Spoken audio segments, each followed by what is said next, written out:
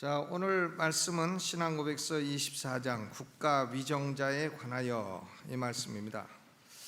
우선 이 신앙고백서 24장 제목을 보게 되면 국가위정자에 관하여, 그럼 예수 그리스도가 무슨 국가 정치하고 관계가 되느냐, 무슨 관계가 있다고 이런 제목을 공부해야 되느냐, 이런 생각을 가질 수가 있습니다. 그러나 하나님의 주권은 교회만 미치는 건 아니고 하나님의 주권은 정부에도 다 미치고 있는 것입니다. 그렇기 때문에 예수 그리스도는 정사를 메신 분이시라 해서 예수 그리스도가 이 세상 정치도 다 통치하고 계신 주권자이신 것입니다. 이 교회와 국가의 관계에 관해서는 역사상 네 가지 모델이 존재하고 있었어요. 하나는 교회가 국가보다 우위에 있어서 교회가 국가를 지배해야 된다, 이렇게 보았던 모델이 중세기 사회입니다. 중세기는 교회가 국가보다 우위에 있어서 교황들이 황제를 파문도하고 해서 교회가 국가보다 강력했던 그런 모델입니다. 그 다음 두 번째 모델은 국가가 교회 위에 있어서 국가가 교회를 지배하는 그런 모델입니다. 그러니까 영국의 성공회가 이와 비슷하다고 볼 수가 있습니다.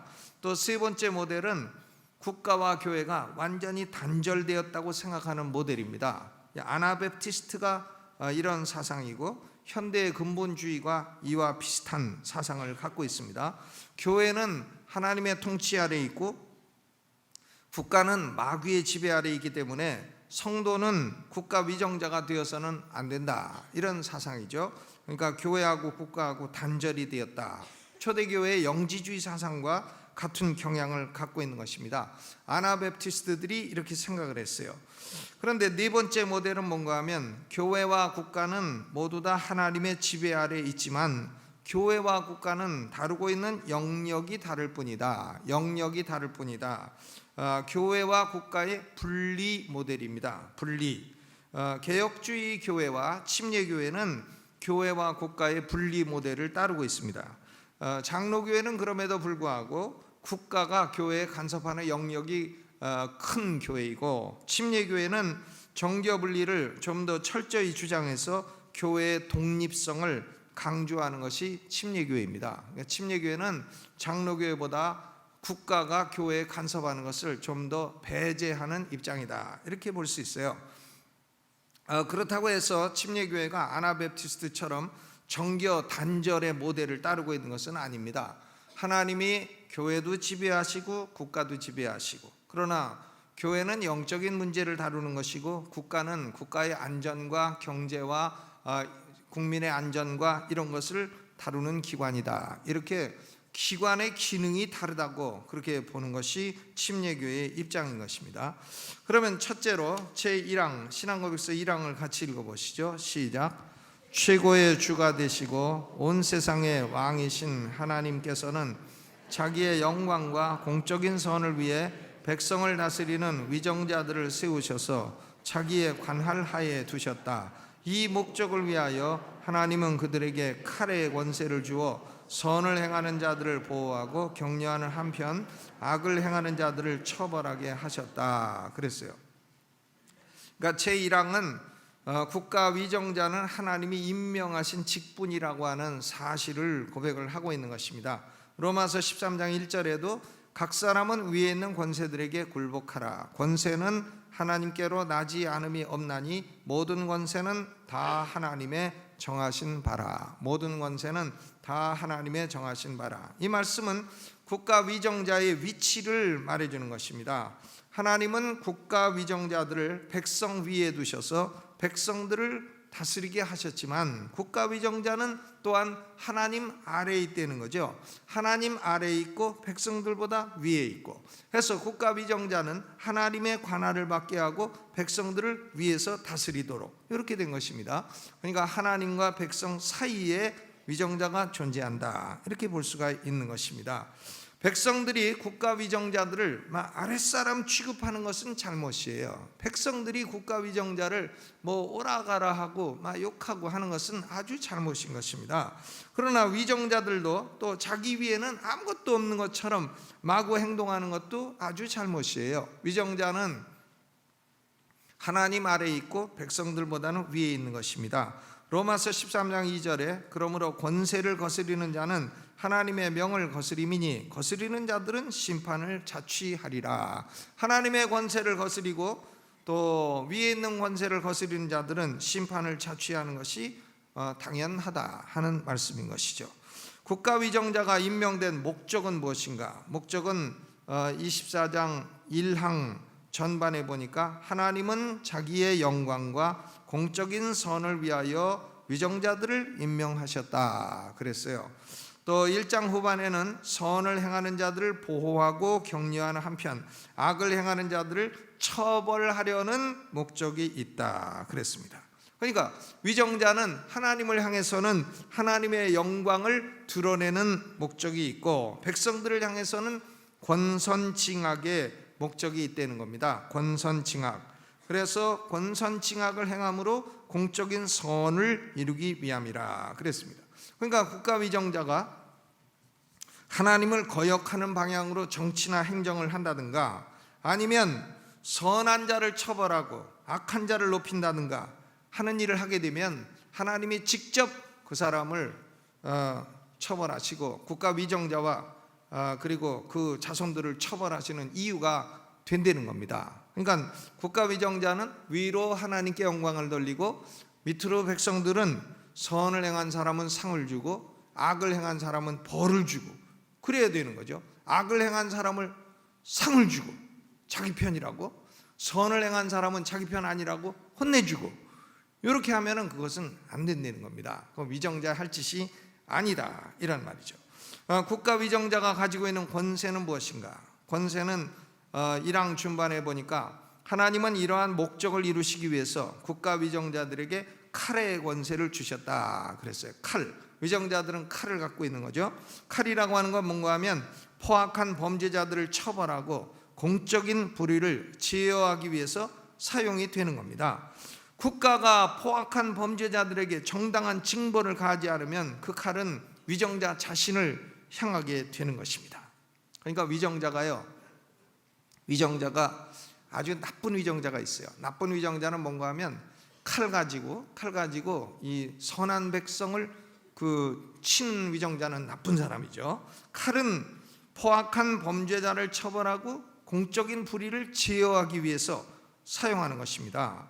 그런데 국가위정자가 그렇게 하지 아니하고 칼을 가지고 선한 사람을 혼내주고 악한 사람을 자기 편이라고 끌어안고, 이렇게 되면 그 칼은 위정자 자신에게로 딱 향하게 된다 하는 것을 명심을 해야 되는 것입니다. 불의한 판결을 하는 판사들도 이런 진리를 명심을 해야 되는 것입니다. 로마서 13장 4절은 이 진리를 확증하고 있어요. 그는 하나님의 사자가 되어 네게 선을 이루는 자니라. 그러나 네가 악을 행하거든 두려워하라. 그가 공연히 칼을 가지지 아니하였으니 곧 하나님의 사자가 되어 악을 행하는 자에게는 진노하심을 위하여 보응하는 자니라. 그러니까 위정자가요, 무슨 깡패 집단을 끼고 있다든가 이단 집단을 끼고 자기의 은밀한 일꾼으로 쓴다든가 이런 짓은 아주 악한 짓이에요.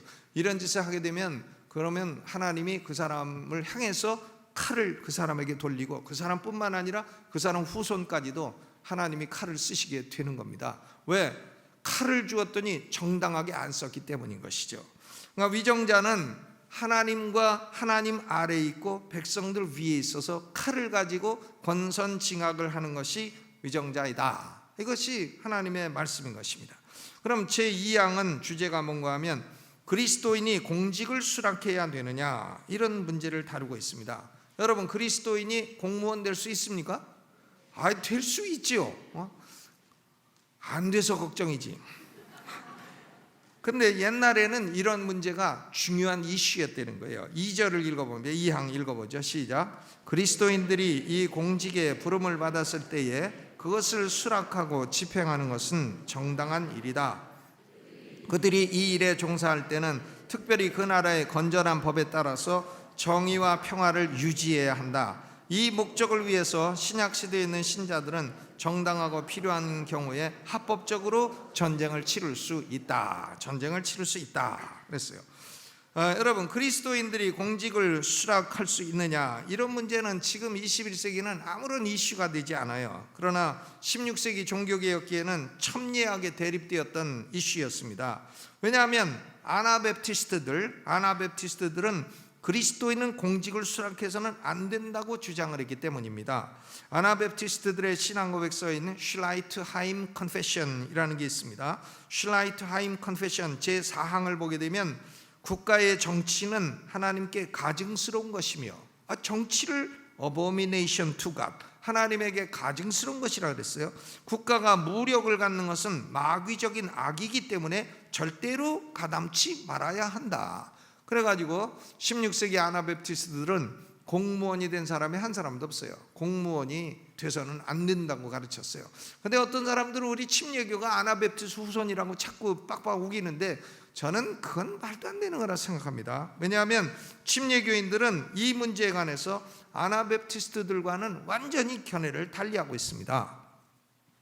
먼저 성도가 공직을 수락하는 것은 윤리적으로 정당한 일이다, 이걸 명확하게 선언하고 있는 것입니다. 공직을 수락하는 게 뭐가 잘못이에요? 윤리적으로 정당하다.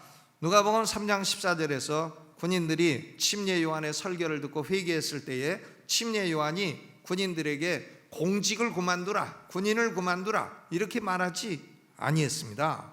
단지 받는 급료가 작다고 불평하지 마라, 공직을 수행하는 사람은 작아도 그걸 갖고 살아야 된다, 그렇게 말씀을 했죠. 또 로마서 13장 1절 4절 6절에 보면 공직은 다 하나님의 정하신 바요, 하나님의 사자요, 하나님의 일꾼이라. 하나님의 사자요, 하나님의 일꾼이고 하나님이 정하신 바라. 그러니까 우리 그리스도인들은 공직자가 되어도 되는 것이고, 성경적으로 아무런 문제가 없는 것이고, 그것은 하나님이 맡겨주신 일인 것입니다. 공직자들은 무엇에 관심을 두어야 되나? 공직자들은 사명을 수행할 때 그 나라의 건전한 법에 따라서 정의와 평화를 유지하려는 일에 특별한 관심을 가져야 되는 것입니다. 공직자가 국가에 해를 끼치는 이적 행위나 하고 간첩질이나 한다면 그는 마땅히 공직에서 추방될 뿐만이 아니라 그에 대한 처벌을 받는 것이 당연하고 마땅한 것입니다. 이걸 제대로 안 한다면 그건 공직자가 칼을 갖고 있는 사명을 제대로 수행하지 않는 것이죠. 그러니까 공직자는 이적 행위를 해서는 안 되고 정의와 평화를 어긋나는 일을 해서는 안 되는 것입니다. 우리나라에는 이 연방제를 주장하는 사람들이 많이 있어요. 남북 연방제는 뭐냐? 북한은 북한대로, 남한은 남한대로 미국처럼 연방 국가를 이루어 가지고 그래서 연방제 통일 국가를 하자. 뭐 언뜻 들으면 아주 좋은 말 같아요. 아주 좋은 말 같습니다. 그러니까 북한은 김정은이 정권을 잡고 남한도 남한 정권을 잡고 해가지고 남한 정권과 북한 정권이 합쳐가지고 통일을 이루자. 통일은 뭐 그렇게 돼야 될 거 아니냐? 그러면 이제 이 머리가 모질란 사람들은 홀딱 넘어가가지고 야, 그거 옳은 말이다. 좋은 말이다. 이렇게 생각을 합니다. 그러나 여러분 생각해 보세요.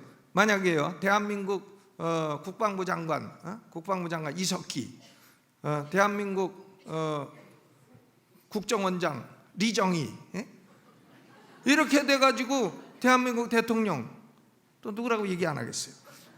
남한이 이렇게 좌파 정부가 딱 들어서고 북한은 김정은 정권이 딱 있으면 좌파 정권과 김정은 정권이 연방제 통일을 이루면 그것은 연방제 통일이 아니에요. 적화 통일이지. 연방제 통일의 의도는 적화 통일인 것입니다. 그러니까 공직에 앉아가지고 이런 거나 기획하고 이런 거나 만들고 이런다면 그것은 정당한 공직 수행이 아닌 것입니다. 그런 사람은 쫓겨나야 마땅한 것이고, 쫓겨날 뿐만이 아니라 벌을 받아야 하는 것입니다. 여러분, 그러니까 이 공직자들은 무엇에 관심을 둬야 되나? 우리 침례교인들은 명백해요. 공직자는 뭘 해야 되나? 그들이 이 일에 종사할 때에는 특별히 그 나라의 건전한 법에 따라서 무엇을 유지해야 된다? 정의와 평화를 유지해야 한다. 정의와 평화를 유지해야 한다. 정의와 평화를 유지해야 되죠. 정의와 평화를 유지하지 않고 나라를 공산국가로 만들려고 하는 사람들은, 여러분, 우리가 공산국가 되면요, 대한민국 공산국가 되면 목사, 장로, 권사 다 1호로 처벌돼. 그러니까 다 줄줄이 잡혀가고 우리하고 우리 자식들하고 다 가서 다 처벌돼.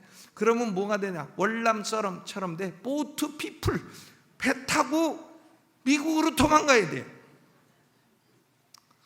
배 타고 호주로 도망가야 되고요. 호주 가면 월남 사람 굉장히 많고, 호주의 제일 유명한 음식이 뭔지 아십니까? 월남국수, 월남쌈. 왜 그렇게 됐나? 그 배 타고 도망가서 그렇게 된 거예요. 공산화 될 때. 미국에도 월남 사람 굉장히 많습니다. 그 보트 피플 다 배 타고 도망가가지고 그렇게 됐잖아요. 여러분, 그럼 그런 걸 이루는 게 연방제 통일 계획이란 말이에요. 우리가 백성들이 그런 걸 잘 모르고 아 그거 좋은 계획이네 해가지고는 머리 모질란 사람 휘딱 속듯이 아 이렇게 넘어가서는 안 되겠다, 그 말씀인 것입니다. 연방제 통일, 그럼 우리가 읽을 때는 적화통일이라고 읽어야 돼요. 적화통일. 여러분, 우리는 적화통일 원치 않습니다. 통일 안 되는 게 낫지. 적화통일은 왜 합니까? 우리가 원하는 통일은 자유민주주의 통일, 복음 안에서의 통일, 북한 백성들도 마음껏 예배할 수 있는 그런 통일을 원하는 것입니다. 아멘. 그걸 위해서 우리는 기도해야 할 줄로 믿습니다. 정의와 평화를 유지하려고 하는 일에 공직자들은 목적을 둬야 된다, 그런 말씀이죠. 공직자들은 대단히 중요한 결정권을 갖고 있어요. 그건 뭔가 하면 정의와 평화를 유지하기 위해서는 국가는 정당하고 필요한 경우에는 합법적으로 전쟁을 치를 수가 있는 것입니다. 국가는 전쟁을 치를 수가 있어요. 평화론자들은 전쟁에 반대하는 논리를 펼칩니다.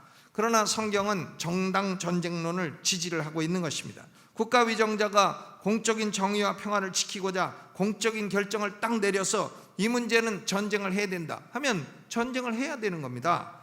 여러분, 물론 전쟁은 바람직한 일이 아니에요. 전쟁은 비참한 일이죠.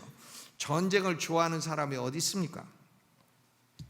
그러나요, 여러분, 침략해오는 적들에게, 테러를 행하는 악인들에게 무저항으로 복종해요. 깐디처럼. 깐디, 무저항. 무저항은 그건 아무데나 쓰는 거 아니죠. 예를 들어 김정은이가 대포 갖고 쳐들어오는데 형님 어서 오세요, 안녕하세요 이러고 우리가 맞이합니까? 문 다 열어주고 어서 오세요, 안녕하세요, 오랜만에 오셨습니다 하고 맞이합니까? 그렇게 맞이하면 그것은 비참하지 않습니까? 더 비참한 상황이 일어나게 되죠. 더 비참하고 말로 다 할 수 없는 그런 비참함이 초래가 되는 것입니다. 전쟁도 비참하지만 전쟁을 안 하는 것은 그런 경우에 더 큰 비참과 더 큰 불행을 초래하게 되는 것이기 때문에 상식적으로도 납득할 수 없어요. 외적이 쳐들어오는데 우리는 군대 안 갑니다. 여호와의 증인처럼 군대 안 갑니다. 아나베프티스트처럼 평화론이기 때문에 전쟁을 안 하겠습니다. 상식적으로도 말도 안 되는 소리인 것입니다. 여러분, 이렇게요 평화론을 내세워서 전쟁을 거부하고 군대 가는 것을 기피하는 사람들은 쉽게 말하면 남들이 피 흘려 가지고 싸워서 지킨 자유를 자기들은 공짜로 누리겠다는 이런 사상에 불과한 것입니다. 그러니까 침례교는 이런 아나베프티스트들의 이런 사상과는 다른 사상을 가진 집단이다. 우리는 정상적인 성경적인 신앙을 가진 사람들이고 우리는 자유와 평화를 지키기 위해서 우리 침례교인들은 때로는 가장 용감하게 싸운 백성들이에요. 미국의 독립전쟁을 할 때 제일 먼저 앞장섰던 교파가 침례교입니다. 침례교인들이 가장 용감하게 싸웠어요. 그래가지고 미국 독립전쟁이 끝나고 나서 미국 대통령이 그 미국 헌법에다가 헌법 수정안 1조 종교의 자유를 주겠다. 이걸 딱 집어넣었잖아요. 이걸 집어넣는데 결정적인 공헌을 한 사람들이 침례교 목사들이에요. 침례교인들이 가장 많이 남북전쟁에서 죽었기 때문이에요. 그러니까 침례교인들의 요구를 받아들여 가지고 미국이 종교의 자유를 주는 나라가 된 것입니다. 미국이요 1791년 그 헌법 개정을 했는데 그 이전에는 종교의 자유가 없던 나라예요. 미국이 무슨 종교의 자유 준 나라인 줄 알지만 아닙니다. 미국은 종교의 자유가 없던 나라인 것입니다. 미국에서 침례교도들은 예배 드리는데 매를 맞았어요. 매를 맞고 예배당을 폐쇄당하고 침례교인들이 종교의 자유를 누리지 못했습니다. 그런데 미국 독립전쟁 1776년에 있던 독립전쟁을 겪고 나서 수정헌법을 만들고 나서 미국은 종교의 자유국가가 되었어요. 그 결정적인 공헌은 침례교인들이에요. 침례교인들이 국가의 자유와 안전을 위해서 목숨 내놓고 싸웠기 때문이에요. 그러니까 우리 침례교는 비겁한 그런 집단이 아니다. 아멘. 물론 전쟁이 일어나면 반전하는 사람들이 좀 나오죠. 전쟁 반대하는. 특별히 이제 가수들, 연예인들은 이제 반전 노래를 이제 많이 부릅니다. 그러나 그런 것들은 뭐 전쟁의 비참함을 위로해 주려고 하는 그 노력 정도로 봐줄 수 있는 겁니다. 반전 노래. 예를 들면 20세기 세계대전이 지나고 나서 유명한 밥 딜란 그리고 피터, 폴 앤 메리 이런 가수들이 불렀던 대표적인 노래가 Blowing in the Wind 라고 하는 노래예요. 바람만이 대답을 알고 있다. How many roads must a man walk down before they call him a man? 얼마나 많은 일을 겪어야 사람이 사람 대접을 받을 수 있을 것인가? 많은 길을 걸어보지 않은 사람은 인간도 아니란 말인가? How many seas must a white dove sail before she can sleep in the sand? 흰 비둘기는 얼마나 많은 바다를 건너가야 백사장에서 편안히 쉴 수가 있을 것인가? How many times must the cannonballs fly before they are forever banned? 얼마나 많은 포탄이 하늘을 날라야 그 포탄들은 인류 사회에서 영구히 제거될 수가 있을 것인가? The answer, my friend, is blowing in the wind. The answer is blowing in the wind. 전쟁은 언제 끝나게 되나? 언제 포탄은 그치게 되나? 그것은 바람만이 안다. 바람만이 안다 하는 노래인 것입니다. 그러니까 전쟁은 참으로 비참해요. 있어서는 안 됩니다. 우리 성도들은 전쟁이 일어나지 않도록 기도를 해야 됩니다. 그러나 침략을 당했을 때에 그냥 있을 수는 없는 것이죠. 마땅히 무기 들고 나가서 싸워야 됩니다. 현역도 싸우고 예비군도 싸우고 할아버지군도 싸우고 그래야 되는 것이죠. 자, 그러면 제3항은 뭐냐? 제3항은 국가 위정자들에 대한 성도들의 두 가지 의무를 선언하고 있습니다. 우리에게 국가 위정자들에게 두 가지 의무가 있어요. 3항 읽어보죠. 시작. 국가 위정자들은 하나님에 의해 앞에서 언급한 목적을 위해 세우심을 받았기 때문에 그들이 명령하는 모든 합법적인 것들에 대해서는 하나님의 진노 때문에 뿐만 아니라 우리의 양심을 위해서도 주님 안에서 복종해야 한다. 그리고 우리는 왕들과 권세 있는 모든 자들을 위해 간구하고 기도해야 하는데 이는 그들 안에서 우리가 경건과 정직한 중에 고요하고 평안한 생활을 하려 하기 위함이다. 그랬어요. 우리 성도들이 위정자들 향해 갖는 의무는 두 가지예요. 그런데 위정자들은 일단은 정상적인 방법으로 선출이 돼야 됩니다. 부정투표로 선출된 사람은 국가 위정자로서 인정을 받을 수 없습니다. 정상적인 방법으로 선출된 국가 위정자에게 우리는 두 가지 의무를 갖습니다. 첫째로는 국가 위정자에 대한 복종의 의무를 갖는 것이죠. 복종의 의무. 왜 복종해야 되나? 복종의 의무가 그 근거는 뭐냐? 국가 위정자들은 하나님이 세우신 종들이기 때문에 복종의 대상이 되는 것입니다. 로마서 13장 2절에도 권세를 거스리는 자는 하나님의 명을 거스림이니 그랬어요. 그러나 국가 위정자들의 모든 명령에 다 복종해야 하는 것은 아닙니다. 합법적인 명령에만 복종해야 될 의무가 있는 것입니다. 어느 누구라도 합법적인 명령을 해야 복종하는 거지 합법적이지 않은 명령에는 복종해서는 안 되는 것이죠. 뭐 어디서도 마찬가지예요. 비행기 기장이라도 마찬가지고 뭐 어느 집단이라도 마찬가지입니다. 윗사람이라도 합법적이지 않은 걸 명령할 수 없어요. 그리고 아랫사람이라도 합법적이 않은 건 순종해야 될 의무가 없습니다. 여러분, 만약에요 이 국가가 우상에게 절하라 명령하면 우리는 듣습니까? 박근혜 대통령이 우리 보고 가서 모든 그리스도인들은 불상에게 한 번씩 절해야 되느니라. 그럼 우리가 절합니까? 안 합니다. 당신이 하고 싶은 당신 혼자 하고 우리는 안 한다고 하죠. 불순종해야 됩니다. 또 모든 그리스도인들은 주의를 피하고 직장에 나가라 하면 우리가 순종해야 됩니까? 그럴 이유가 없어요. 그래서 얼마 전에 이 국가 공무원 시험을 자꾸 주일에 치러가지고 우리 교회가 가가지고 국회에 가갖고 주일에 시험 보지 말라고 그 세미나도 하고 데모도 하고 그렇게 했었던 적이 있죠. 그러니까 무엇이 합법적이냐 아니냐 하는 것을 판단하는 궁극적인 기준은 하나님의 말씀인 것입니다. 그러니까 하나님 말씀에 어긋나는 명령에 대해서는 성도들은 거부권과 저항권을 갖게 되는 것입니다. 복종의 의무도 그 범위가 있다. 그러니까 합법적인 명령에만 복종을 하는 것이다. 그런 얘기인 것이죠. 그러니까 예를 들어서 아무리 기업의 회장이라도 비행기 조종사 보고 야, 너 비행기 지금 가는데 엔진 끄고 떨어뜨려라. 그러면 순종해야 됩니까?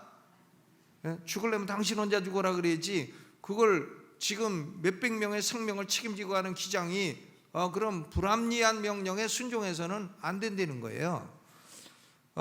복종의 의무는 그러므로 주님 안에서만 갖는 것입니다. 복종 의무의 본질은 궁극적으로 신앙적인 것이에요. 우리가 하나님에게 복종하기 때문에 하나님이 세우신 권세에 복종을 하는 것이다. 그런 말씀인 것입니다.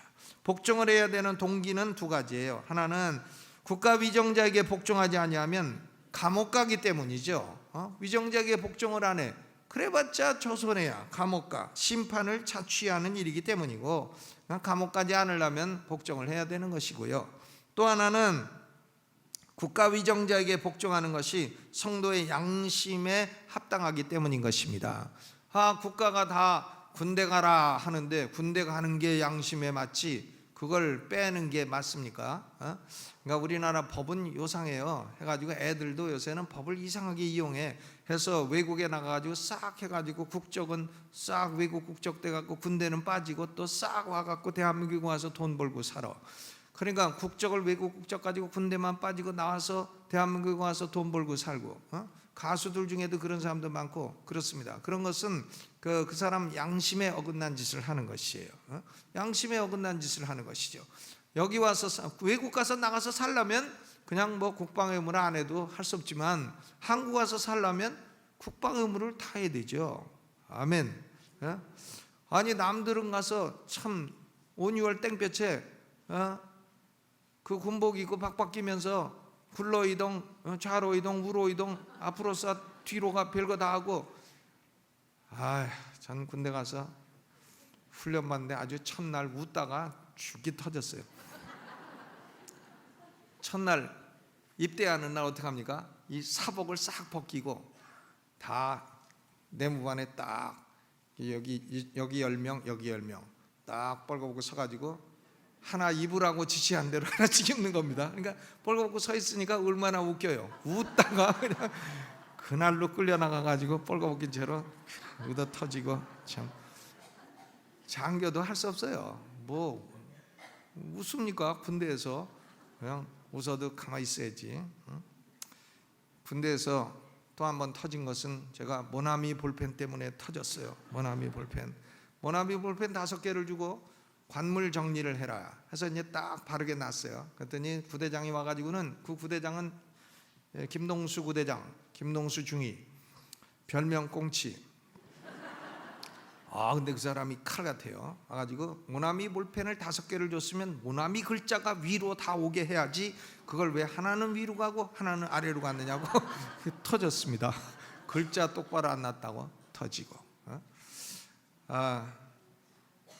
그렇게 해서 군대 생활을 다 하고 4년씩 하고 다 그래서 나라의 안정과 평화를 지키는데 자기는 나가서 싹 피하고 싹 와가지고 돈은 번다. 그러면 그것은 그 사람의 양심에 어긋나는 것이죠.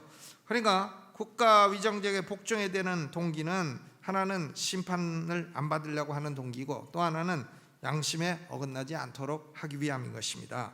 그러니까 첫째로 성도들은 복종의 의무를 갖고 두 번째로는 성도들은 국가 위정자들 위해서 기도의 의무를 갖는 것입니다. 위정자들뿐만이 아니라 권세 있는 모든 사람들 위해서 기도를 해야 되는 것입니다. 왜 기도를 해야 되나? 그 이유는 모든 경건과 단정한 중에 고요하고 평안한 생활을 하기 위함인 것입니다. 그러니까 디모데전서 2장 2절에 위에 있는 모든 권세자들 위해 기도하라고 했어요. 왜?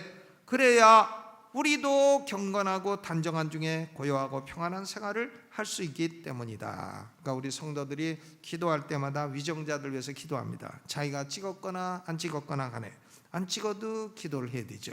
위정자가 잘해줘야 나라가 평안하지 않겠습니까? 교회도 국가 안에 존재하는 기관이에요. 국가가 불안하면 교회도 불안할 수밖에 없는 것입니다. 국가가 공산화되면 교회는 북한처럼 폐쇄될 수밖에 없는 것이에요. 여러분, 북한이 기독교가 없던 곳입니까? 기독교 부흥이 1907년 참 부흥이 일어났던 것이 북한이에요. 그런데 공산화되니까 결국 교회는 다 없어지고 마음껏 예배도 못 드리고 예배 드리는 사람은 아우지 탄광 끌려가고 그런 사회가 되는 것이죠.